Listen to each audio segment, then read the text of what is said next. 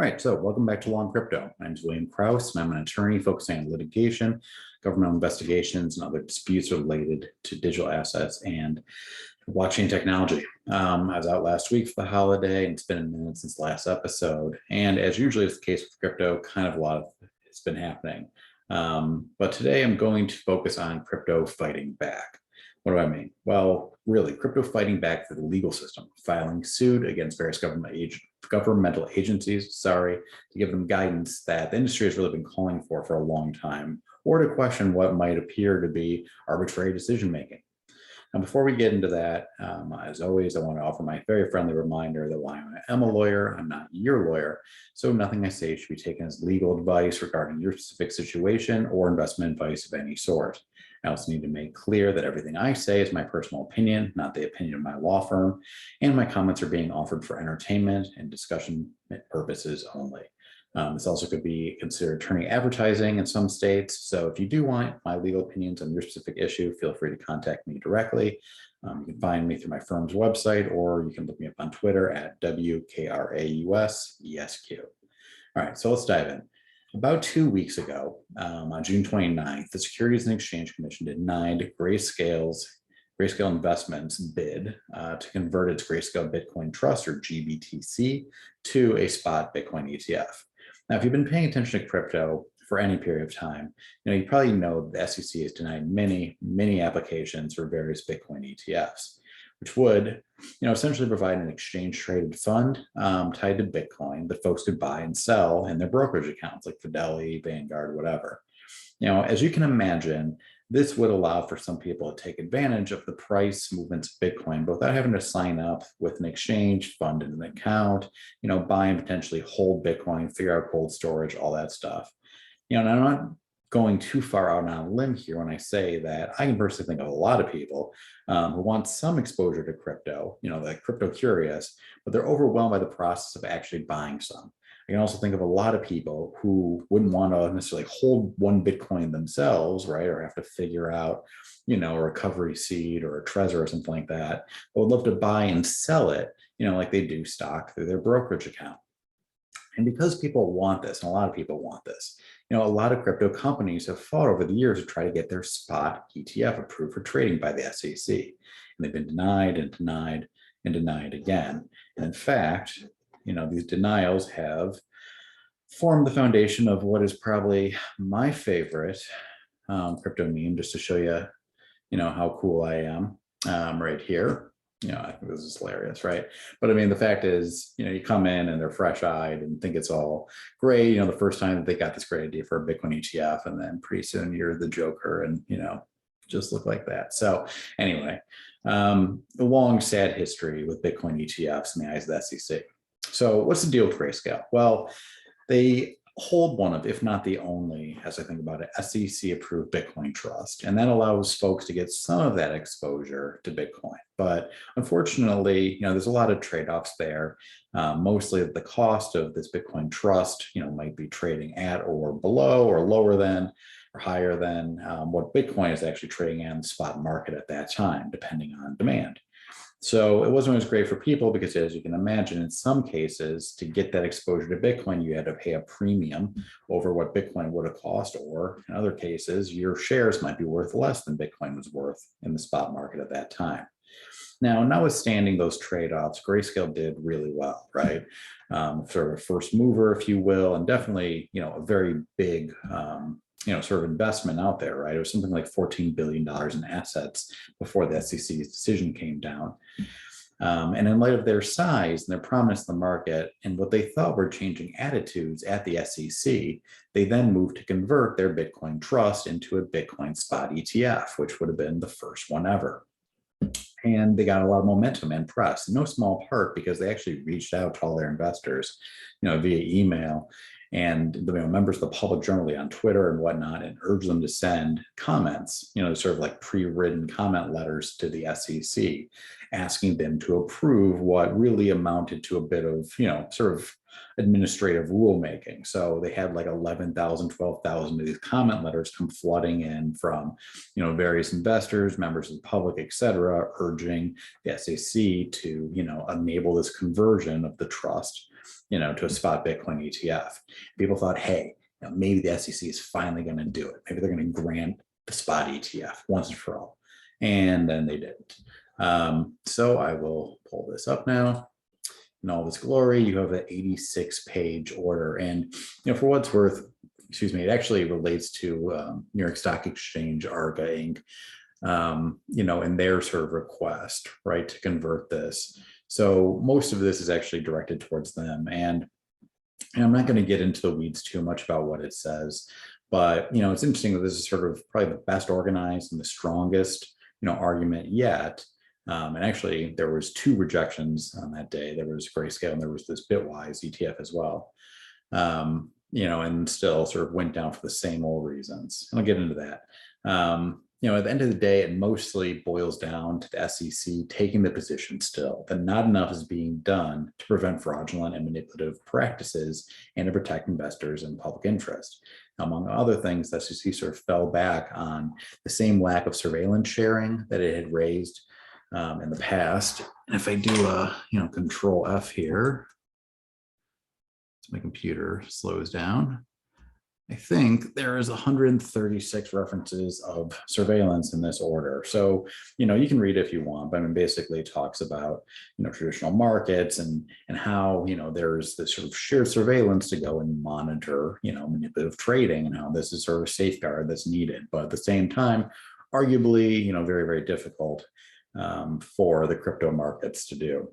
So what happened? Well, the Grayscale sued the SEC within a few hours. Now, I'm not going to get too much into that either, but the larger point I'm going to make here, and sort of as part of the larger discussion, is that we're starting to see what I think is crypto fighting back. Now, specifically, Grayscale went, and even before this decision came down, made it known they were ready for a fight if needed. They had a really good, regarded law firm in their corner. They also went and hired a former Solicitor General of the US as their legal advisor. Solicitor General basically being, one of the highest ranking attorneys in the US government, tasked with really litigating on behalf of the government for the US Supreme Court. So, they did that, they hired that, they made it known publicly that if this went against them, they were going to come out against the SEC, and that's exactly what they did. They filed suit, arguing the SEC was acting arbitrarily and capriciously, which is really just, lawyer speak for rejecting, it without any real good reason. And I think there's an argument there, right? Particularly given that the SEC had approved futures-based ETF, or I think a few of them back in October, and they just continued to deny these spot-based ETFs over and over again, notwithstanding the fact the market is probably pretty similar, for good and for bad between the two of them. So will the suit actually succeed? It's tough to say, but the odds aren't great. The SEC has fairly comprehensive authority in this area, and it seems like the agency has dug in on not approving these things until there's more surveillance in some form. But the fact that companies are mounting well-funded, high-profile legal attacks suggests the companies that are backing crypto projects getting squashed right now are tired of this stalemate and they're ready to fight. So, even if Grayscale suit doesn't succeed, I think it's reasonable to expect that others may be more likely in the future to take aim at the SEC, the CFTC, whoever it might be, and follow suit, literally and figuratively, in the future. And even, like the saying goes, the first guy through the door doesn't make it, maybe the second or the third one will. So, CoinDesk actually had a brief blurb on this before, the Grayscale decision came down, and I thought it was apt. This is sort of a regular regulatory overview that these guys put out. I think it's pretty solid, but it talks about these different suits here, not the Binance one, but Coin Center, Grayscale, Custodia, et cetera. And they point out that for example, Forasol, it's 401k provider in California, suing, the DOL on allegations of violating the APA when it issued guidance telling providers to exercise extreme care before adding cryptocurrencies to potential retirement funds. And the background there is back in March 10th or so, the Department of Labor issued this guidance that basically cautioned retirement plan fiduciaries, right, which are the people who are tasked with, sort of a regulatory obligation to sort of do what's in the best interest of their clients and their investors. They were to exercise extreme care before considering the addition of cryptocurrencies to a 401k plan.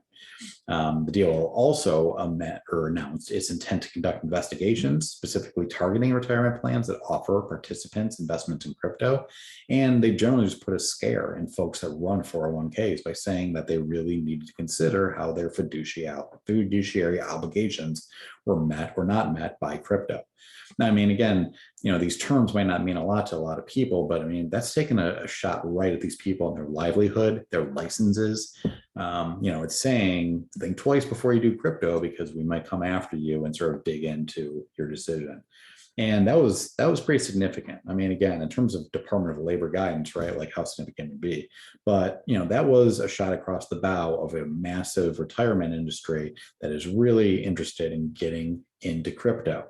And, just like a lot of people want to trade crypto in their Fidelity or their Vanguard brokerage accounts, a lot of people want to have one of the best performing assets of the last decade in their retirement portfolio. So for the DOL to basically tell the 401ks of the world, see how many acronyms I can get going here, that they have to add crypto at their peril seemed a bit harsh. And again, a 401k provider sued them for it. And there's some other examples given in this article. I mean, it talks about Custodia, which is this Wyoming-based crypto bank, Wyoming sort of being on the forefront of, banking adoption and doing some really cool stuff in that state to try to go and provide, sort of more traditional brick and mortar banking for crypto, saying that, they violated this 1-year deadline. In fact, I think it was something like they took 19 months to, and still were sort of deliberating on this decision, which normally takes like 4 to 5 business days. And then there's this reference to Coin Center suing the IRS, Treasury, et cetera, et cetera, et cetera. Now, again, this all might seem like little administrative squabbles, but make no mistake. I mean, these suits are, a big deal. Because this is representing where the battleground really is in my mind and where the sort of real money is and real investment in crypto is. I mean, sure, you can have your little class actions. And I mean, class action attorneys right now are going bonkers. I mean, they're basically suing anything that moves right now as the market's downturn, people are losing money. And, again, they're going after anybody and everybody. But they're going to end just like every other class action usually ends, right? The lawyers make a few $1 million. The individual investors get $5 and 20% off coupon at Bath and Body Works. On the other hand, let's talk about the investable retirement assets of the US population or the volume of traditional equity markets. When you start talking about the ability to put trillions of dollars into crypto companies and crypto investments, that's when things will really start to get interesting. And I think at a macro level, what we're seeing already, and we'll only continue to see more of, is that as big finance has really come to crypto, right? Like the banks, the financial institutions, the hedge funds, the VCs, the retirement plans, investment trusts, whatever. And crypto sort of found its voice now with lobbying, PR campaigns, naming stadiums, getting their name out there so that these crypto companies are becoming household brands. We're going to see much more willingness, I think, to fight back against governmental agencies, routinely denying applications, missing deadlines, some of the things we're seeing now. And just the little things, the little bureaucratic, roadblocks that can really slow down crypto adoption and investment and entrepreneurship. Indeed, my theory is that while the US used to be able to sort of drag its heels or get easy wins in terms of, enforcement proceedings or settlements, with whatever governmental agency back in the day, when I was talking about a small project or a developer or sort of, somebody who's trying to test the waters, are going to have an entirely different opponent on their hands with the money and motivation to push back. When you look at Grayscale, they hire one of the sort of most well-regarded, attorneys in the country, right? He was like a former deputy counsel under President Obama, et cetera, et cetera. I mean, I think they have Davis Polk, that's again, a very well-regarded law firm.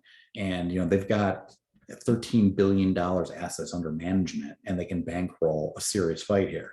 You get enough of those fights, and again, it looks like a very, very different landscape than we've been seeing in the past, which was essentially, the government sort of taking easy W's and, sort of, rule making by enforcement, if you will.